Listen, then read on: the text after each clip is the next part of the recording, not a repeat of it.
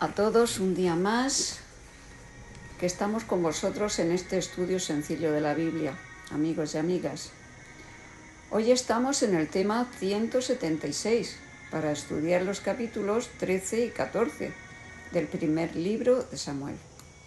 Bienvenido, Francisco, puedes comenzar. Y con la Biblia preparada, comienzo rápidamente.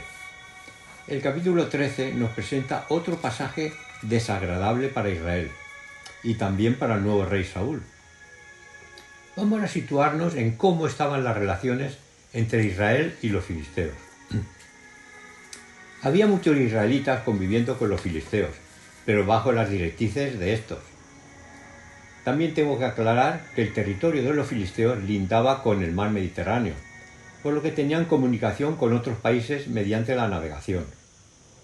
En esa comunicación marítima lograban llevar a su país el hierro, proveniente de Asia Menor, y esto les daba el monopolio del hierro para la fabricación de armas. Recordaréis que ya comentamos que los filisteos prohibieron a los israelitas fabricar las armas, para tener la seguridad de que nunca les atacarían. Saúl había reinado 2 años y parece que decidió atacar a los filisteos para quitar el gravamen que les imponían a los israelitas. Envió a su hijo Jonatán y atacó a una guarnición filistea, como dice el versículo 3.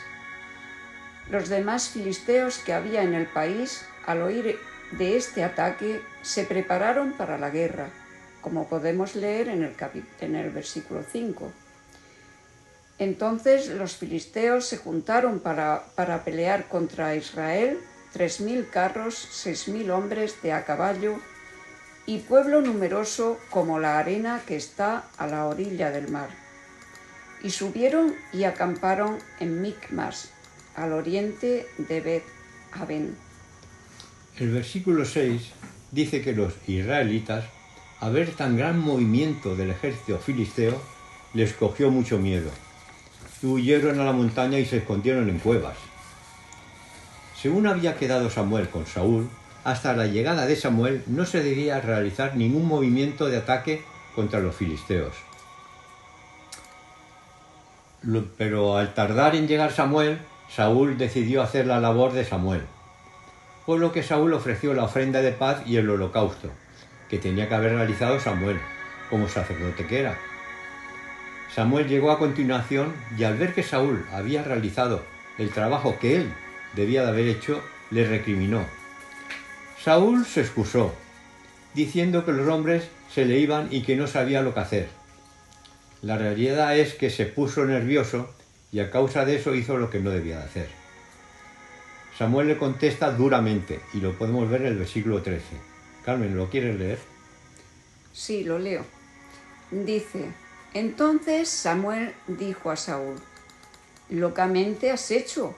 No guardaste el mandamiento de Jehová tu Dios que él te había ordenado. Pues ahora Jehová hubiera confirmado tu reino sobre Israel para siempre. Y el versículo 15 dice que Saúl contó los hombres de que disponía, y eran como 600.000. Habían muchos hombres, pero sin armas, como ya he explicado anteriormente. Y podemos ver en el versículo 19 que lo dice. Dice así: Y en toda la tierra de Israel no se hallaba herrero, porque los filisteos habían dicho, para que los hebreos no hagan espada o lanza. Y en el versículo 22, que nos leerá otra vez Carmen, lo termina de aclarar. Veamos. Dice: Así aconteció que en el día de la batalla no se halló espada ni lanza en mano de ninguno del pueblo que estaba con Saúl y con Jonatán, excepto Saúl y Jonatán, su hijo, que las tenían. Para continuar con este pasaje, hemos de pasar al capítulo siguiente, el capítulo 14. Este capítulo comienza diciendo que Jonatán, hijo de Saúl, junto a su criado fueron a una guarnición de los filisteos para ver la forma de atacarlos cuando estos estuvieran descuidados. Pero hay algo bueno que Jonatán hizo antes, y lo podemos ver en el versículo 6. Dijo pues Jonatán a su paje de armas: Bien, pasemos a la guarnición de estos incircuncisos. Quizá haga algo Jehová por nosotros, pues no es difícil para Jehová salvar con muchos o con pocos. Jonatán no contaba con sus fuerzas, sino con las de Dios. Esto era un reconocimiento que su padre Saúl todavía no tenía asumido. Al verlo los filisteos, fijaos, le respondieron que subieran, que allí lo esperarían, como dice el versículo 12, con atrevimiento. Y siguiendo con este versículo, Jonatán le dice a su paje: sube tras mí, porque Jehová los ha entregado en manos de Israel.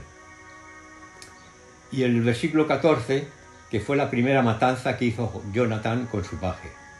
Esto ocasionó gran desconcierto a los filisteos y mucho pánico.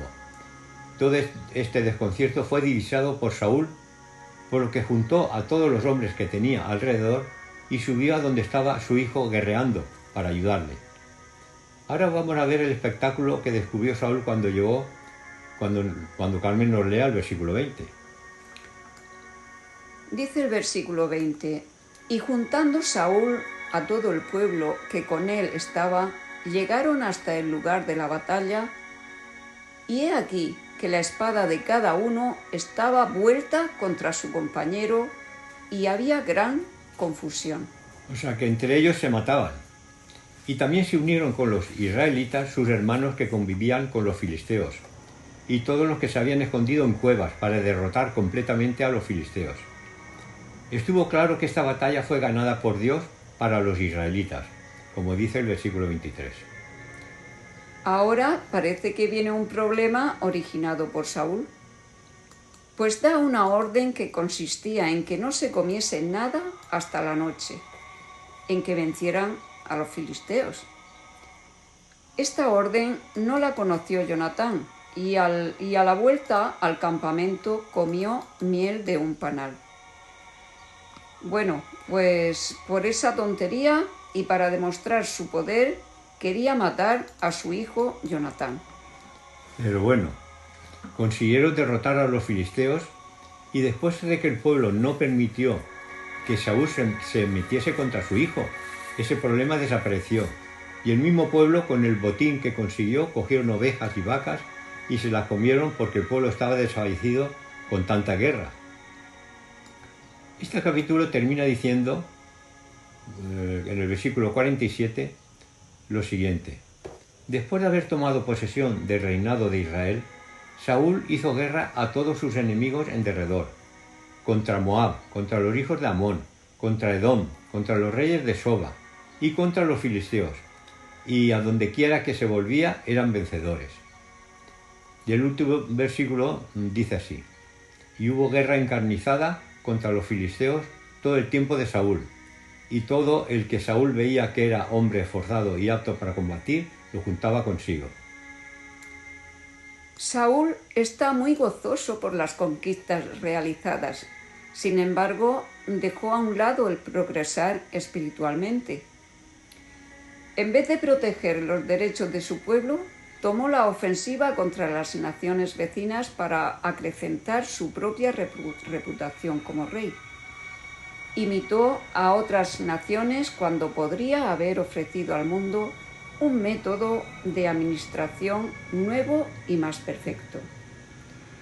Bueno, terminamos por hoy este estudio intenso, así que hasta mañana, que continuamos con el tema 177. Adiós, amigas y amigos, bendiciones, hasta mañana.